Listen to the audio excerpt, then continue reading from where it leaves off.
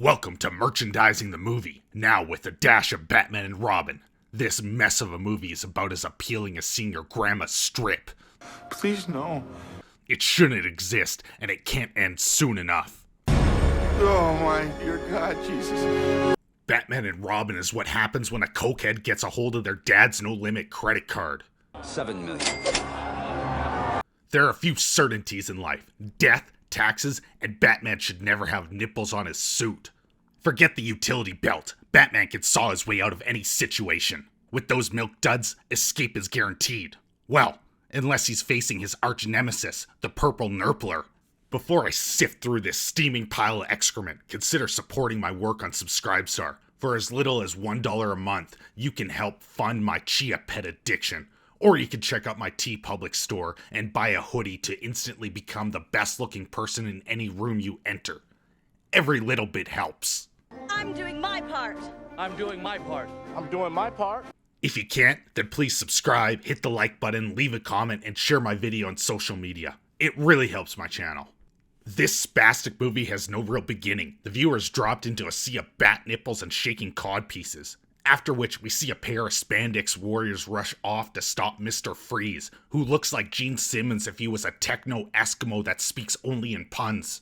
The dialogue in this movie sounds like it was written by a dad who's off of his ADHD meds. Come, join me. My garden needs tending. Then out of nowhere, a bunch of undrafted Canadians swarm the Nippler to play a pickup game of hockey. But you see, Nips and Areola are prepared and trigger the retractable bat blades. Okay, in what situation did Batman expect to encounter that he needed to create retractable skates? He's never heard of Mr. Freeze at this point. Those blades aren't small either. He has to walk around on stilts just in case he stumbles across some ice. The cherry on top of this shit sundae is he's not only a ninjutsu master, but also a pro hockey player. After the pickup game ends due to unsportsmanlike conduct, the EDM DJ freezes a leg of a dinosaur statue, which promptly collapses. Because reasons.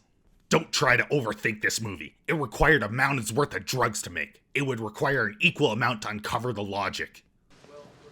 Drugs?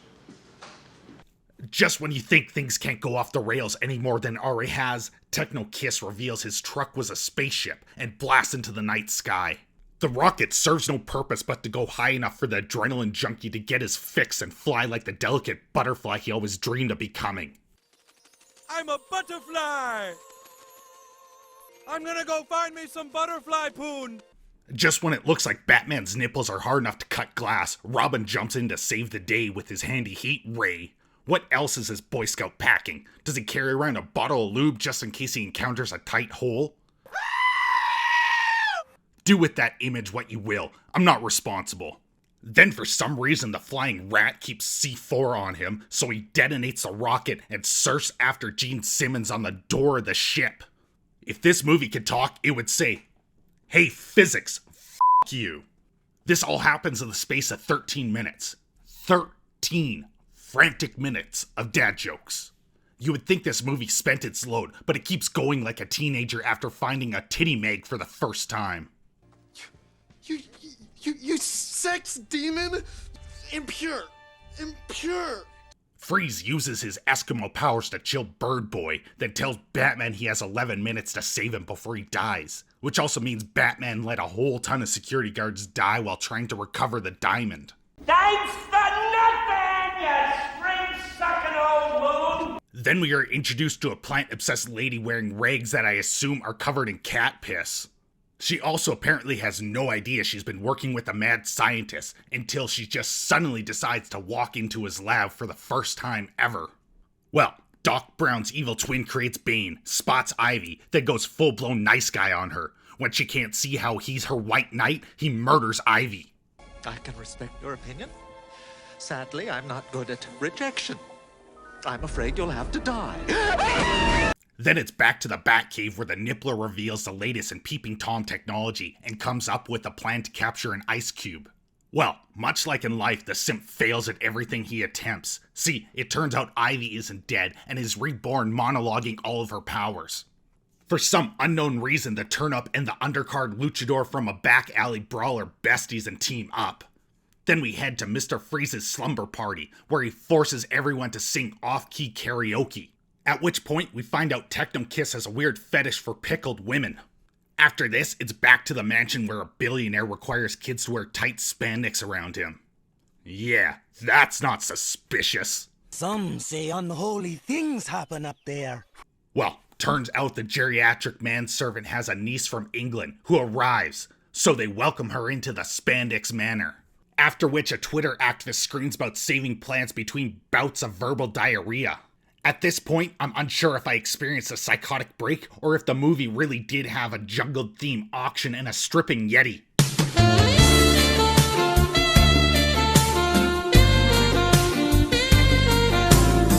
Oh, it's just a piece of rhubarb.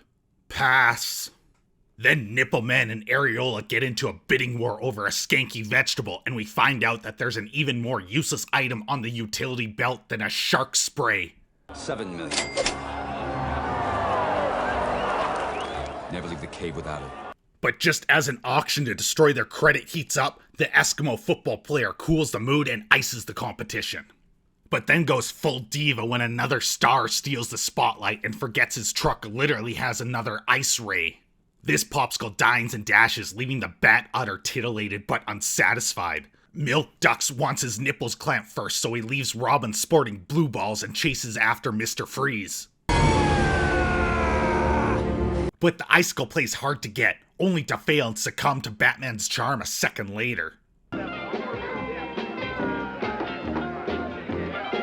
Well, his feathered friend isn't too happy about being cock-teased and flips out. So the geriatric butler has a heart-to-heart about reciprocation.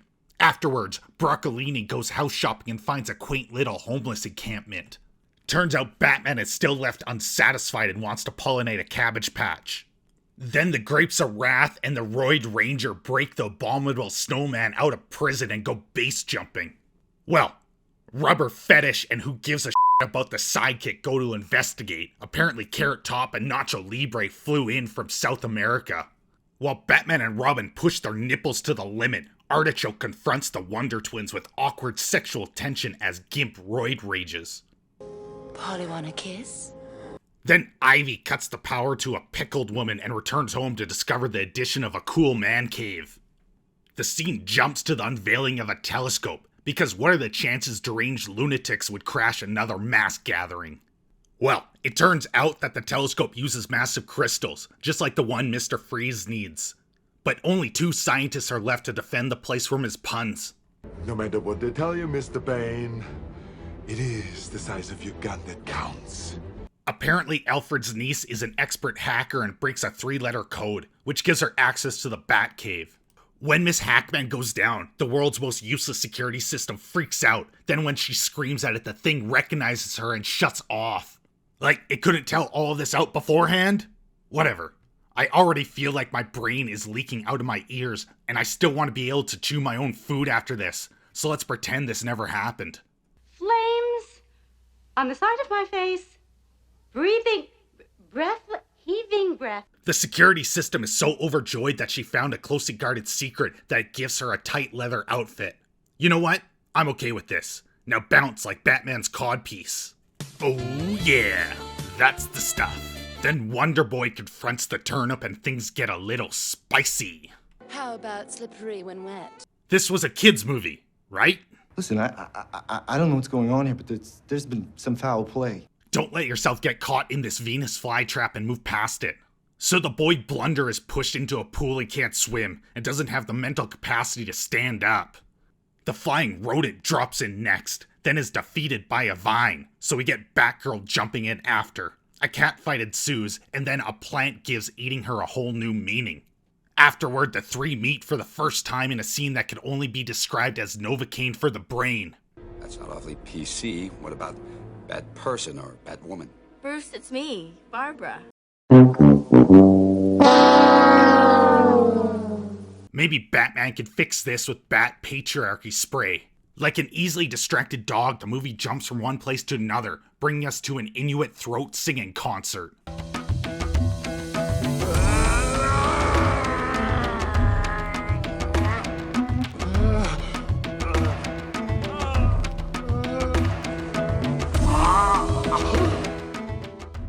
His song is so chilling that it freezes Gotham, but the flying rats and the turkey arrive to interrupt the concert.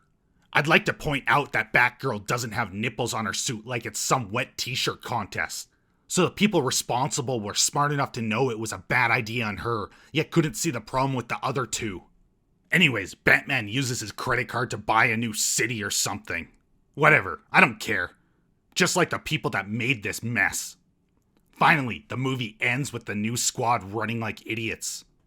I don't even know what to say about this coked up fever dream. But I do know one thing.